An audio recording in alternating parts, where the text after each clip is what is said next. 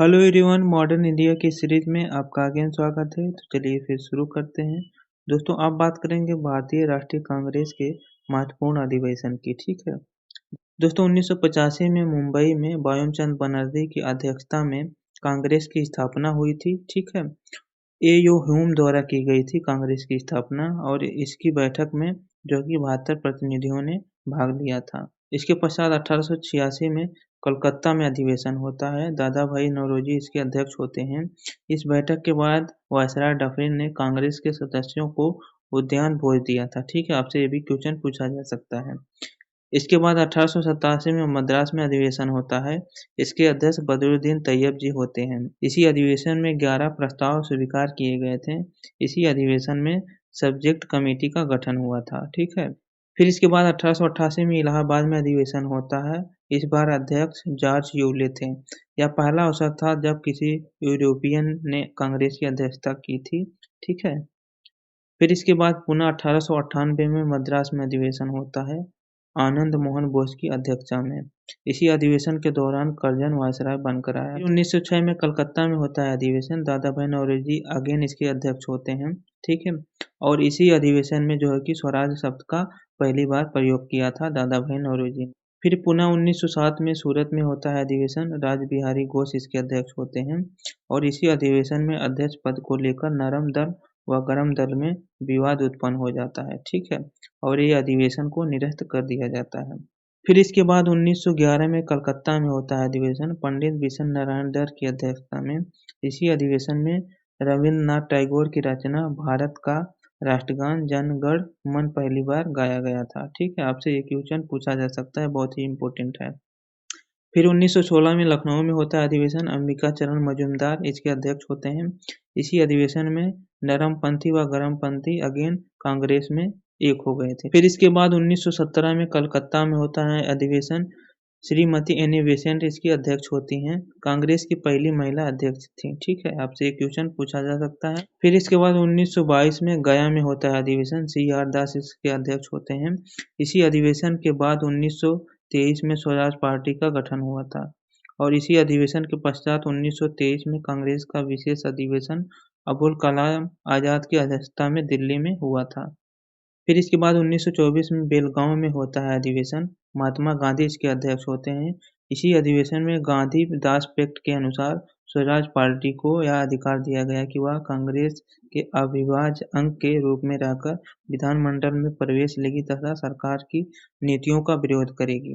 गांधी जी केवल एकमात्र इसी अधिवेशन में अध्यक्ष रहे थे। आपको याद रखना चाहिए, विशेष तौर पर यहाँ से क्वेश्चन पूछा जा सकता है।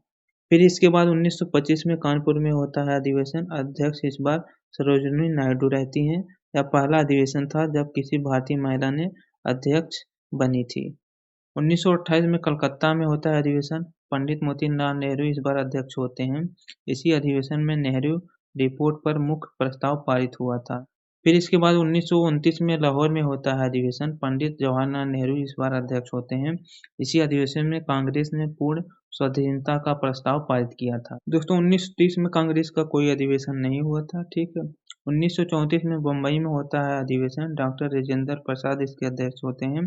इसी अधिवेशन में गांधी जी ने अपना इस्तीफा देकर कांग्रेस से संन्यास ले लिया था। ठीक है, फिर इसके बाद 1939 में त्रिपुरा मध्य प्रदेश में अधिवेशन होता है। पहले सुभाष चंद्र बोस, बाद में राजेंद्र प्रसाद इसके अध्यक्ष होते हैं। इसी अधिवेशन में कांग्रेस के अध्यक्ष के लिए सुभाष चंद्र बोस व महात्मा गांधी के उम्मीदवार पट्टाभी सीतारामैया के बीच मतभेद हुआ था। ठीक है, जिसमें सुभाष चंद्र जीत गए थे, लेकिन उन्होंने त्यागपत्र दे दिया, तब राजेंद्र प्रसाद अध्यक्ष बने थे। फिर इसके बाद 1948 में जयपुर में अधिवेशन होता है। ठीक है, पट्टाभी सीतारामैया इस बार अध्यक्ष होते हैं। इसी अधिवेशन का अभिभाषण गोकुल भट्ट द्वारा पढ़ा गया था। इस अधिवेशन का आरंभ वंदे मातरम और राष्ट्रगान से शुरू किया गया था। ठीक है, कांग्रेस के प्रथम व्यक्तियों की बात करें तो जैसे कांग्रेस के प्रथम अधिवेशन के अध्यक्ष WC बनर्जी थे। वहीं कांग्रेस के प्रथम मुसलमान अध्यक्ष बदरुद्दीन तैयब जी थे। ठीक है, और प्रथम यूरोपीय जिसने कांग्रेस की अधिवेशन की अध्यक्षता की जॉर्ज यूले थे, हमने पढ़ा था अभी। इसके अलावा प्रथम महिला जिसने कांग्रेस के अधिवेशन को संबोधित किया था, कादम्बिनी गांगुली थी। वहीं प्रथम यूरोपीय महिला तथा प्रथम महिला अध्यक्ष जिसने कांग्रेस के अधिवेशन की अध्यक्षता की थी, एनी बेसेंट थी, ठीक है। इसके अलावा जिस अधिवेशन में पहली बार भारत का राष्ट्रीय गीत वंदे मातरम गाया गया 1896 के कलकत्ता कांग्रेस अधिवेशन में, अध्यक्ष रहमतुल्लाह सयानी ने स्वयं इसे गाया था। वंदे मातरम बंकिम चंद्र चटर्जी के उपन्यास से लिया गया है। इसके अलावा दोस्तों भारत की आज़ादी के समय जेपी कृपलानी कांग्रेस के अध्यक्ष थे, ठीक है। स्वतंत्रता के बाद 1947 में कांग्रेस का विशेष अधिवेशन नई दिल्ली में डॉक्टर राजेंद्र प्रसाद की अध्यक्षता में संपन्न हुआ था। कांग्रेस के सबसे ज़्यादा समय तक तथा सबसे कम उम्र के अध्यक्ष अबुल कलाम आजाद थे, ठीक है। इसके अलावा दोस्तों कांग्रेस के प्रथम चरण की बात करें तो जिसे उदारवादी चरण भी कहा जाता है, 1885 से लेके 1905 तक चला था, ठीक है। क्योंकि मैं ये प्री के लिए पढ़ा रहा हूँ तो जो भी इम्पोर्टेंट है बस उतना ही बता रहा हूँ, ठीक है।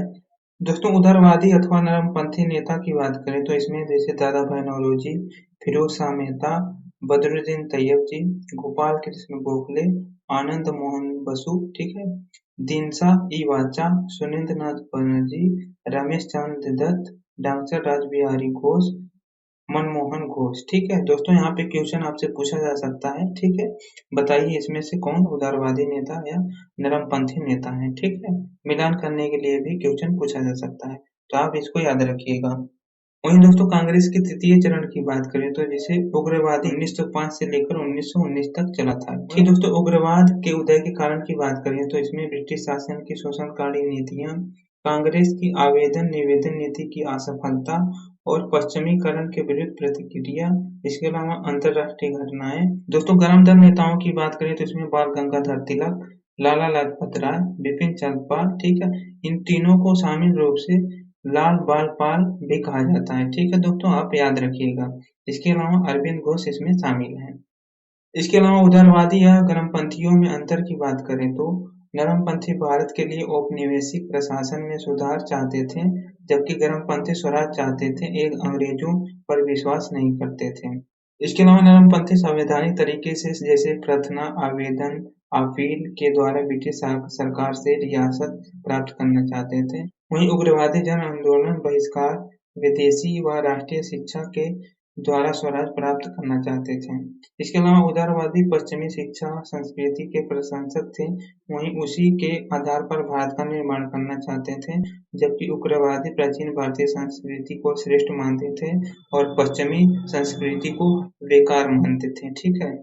इसके अलावा उदारवादी राष्ट्रीय आंदोलन शिक्षित व उच्च शहरी वर्ग का प्रतिनिधित्व कर रहा था, वहीं उग्रवादी आंदोलन को मध्य, निम्न अथवा मध्यम वर्ग सामान्य जनता तक ले जाना चाहते थे। इसके अलावा उदारवादी धर्म निरपेक्षता के समर्थक थे, वहीं संभवतः उग्रवादी जो है कि धर्म के साथ राजनीति को जोड़कर जनाधार तैयार करना चाहते थे। तो कैसी लगी दोस्तों वीडियो, कमेंट करके बताएं। मिलते हैं नेक्स्ट वाले वीडियो में, धन्यवाद।